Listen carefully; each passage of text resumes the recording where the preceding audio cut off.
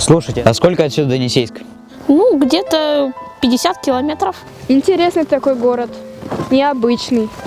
А знаете, я однажды прочитал, что Енисейск называют город-памятник, город старины. Но дело даже не в том, что в городе много церквей и исторических находок. Сам город, простые дома, люди – все это наполнено памятью, величием русского православного народа.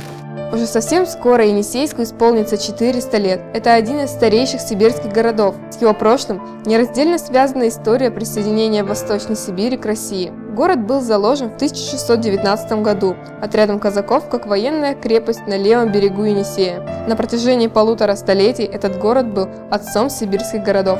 Сейчас Енисейск населяют около 20 тысяч жителей. Город уже не так оживлен, как раньше, но благодаря милым, невысоким домикам, памятникам архитектуры, колокольному звону, он сумел сохранить антикварную купеческую атмосферу. А набережная там какая? Вроде бы ничего особенного, но все равно очень красивая.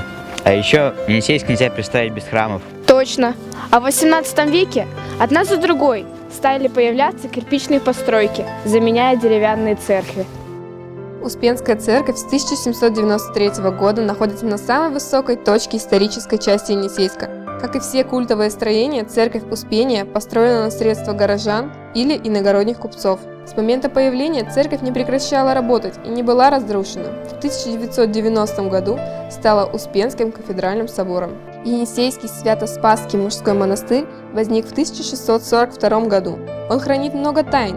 Одна из них связана с озером близ Енисейска, которое в народе прозвали монастырским. По преданию, более 100 монахов погибли на дне озера от рук представителей советской власти, после чего озеро не замерзало несколько лет. Сейчас в Енисейске проводятся реставрации, и многие храмы обретут новый вид и вновь будут радовать души жителей и гостей города колокольным звоном, который разносится по всему небольшому городу.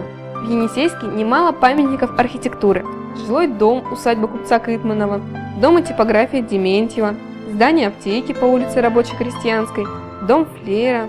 В центре города на улице Ленина располагается здание бывшей мужской гимназии, в настоящее время средняя общеобразовательная школа номер 1. А рядом со школой находится замечательный парк, в котором так хорошо посидеть, подышать свежим воздухом. А вы знали, что деревья в этом парке высаживали выпускники, которые в 41-м ушли на фронт? А мне нравится в Енисейском краеведческом музее. Там есть уникальная коллекция, которой более 100 лет. Она рассказывает о коренных жителях Енисейска, кетах. И уникальна тем, что такое больше нету нигде в мире. В музее представлено множество фотоэкспонатов, фотографии разных периодов жизни Енисейска. Есть материалы, посвященные пребыванию декабристов в Енисейске. В настоящее время только основной фонд музея насчитывает более 25 тысяч экспонатов, а его библиотека свыше 14 тысяч томов. Жители города Енисейска такие веселые, гостеприимные, а сами городские мероприятия – это что-то. Да, особенно ярмарки, масленица, сабантуй, спортивные соревнования, праздники детства и в целом праздники насыщенные, веселые и яркие. Пускай мы живем и не в самом Енисейске, но я и моя семья стараемся как можно чаще приезжать в это удивительное место.